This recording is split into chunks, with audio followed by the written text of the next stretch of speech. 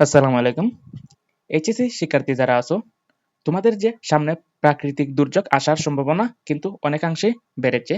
যদি একটি বড় অঞ্চলে যদি প্রাকৃতিক দুর্যোগ হয়, তবে সব অঞ্চলেই কিন্তু সমান অধিকার আছে যে সবার জন্য কিন্তু পরীক্ষা স্থগিত হতে পারে। এরকম একটি নিউজ পাবলিশ করেছে আন্তঃশিক্ষা বোর্ড।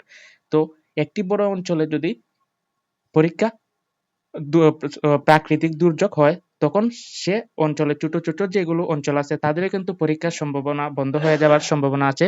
তো এটি কিন্তু জানবো, এবং আপনি যদি আমার চ্যানেলে নতুন হয়ে থাকেন চ্যানেলটিকে সাবস্ক্রাইব করে রাখতে পারেন। প্রাকৃতিক দুর্যোগে দেশের কোনো বড় এলাকায় এইচএসসি ও সমমান পরীক্ষায় গ্রহণ ব্যাহত হলে শুধু ওই অঞ্চলে নয়, প্রয়োজন হলে সারা দেশেই কিন্তু পরীক্ষা স্থগিত করা হবে, এরকম একটি নিউজ দিয়েছে। আসন্ন এইচএসসি পরীক্ষা সামনে রেখে এমন সিদ্ধান্ত ইঙ্গিত দিয়েছে আন্তঃশিক্ষা বোর্ড সমন্বয় কমিটি। পরিস্থিতি পরিস্থিতি বিবেচনায় মন্ত্রণালয়, শিক্ষা বোর্ড এবং সংশ্লিষ্ট সবার সঙ্গে আলোচনা করে চূড়ান্ত সিদ্ধান্ত নেওয়া হবে বলে জানিয়েছেন ঢাকা শিক্ষা বোর্ডের চেয়ারম্যান অধ্যাপক সৈয়দ আকারুজ্জামান। আন্তঃশিক্ষা বোর্ডের সমন্বয় কমিটির সভাপতি হিসাবে তিনি জানিয়েছেন, দেশের যে কোনো এলাকায় প্রাকৃতিক দুর্যোগ হলে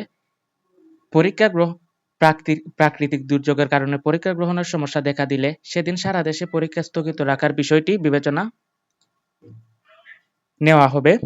ঢাকা শিক্ষা বোর্ডের চেয়ারম্যান অধ্যাপক সৈয়দ আখতারুজ্জামান দ্য ডেইলি ক্যাম্পাসে বলেন, কোনো বড় এলাকায় প্রাকৃতিক দুর্যোগ দেখা দিলে সারা দেশেই এই এইচএসসি পরীক্ষা স্থগিত রাখার সিদ্ধান্ত ভাবনা আমাদের আছে।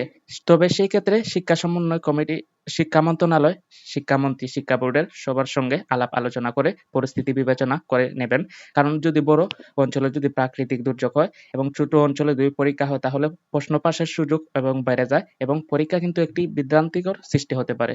তো এই ছিল আজকের ভিডিও। আসসালামু আলাইকুম।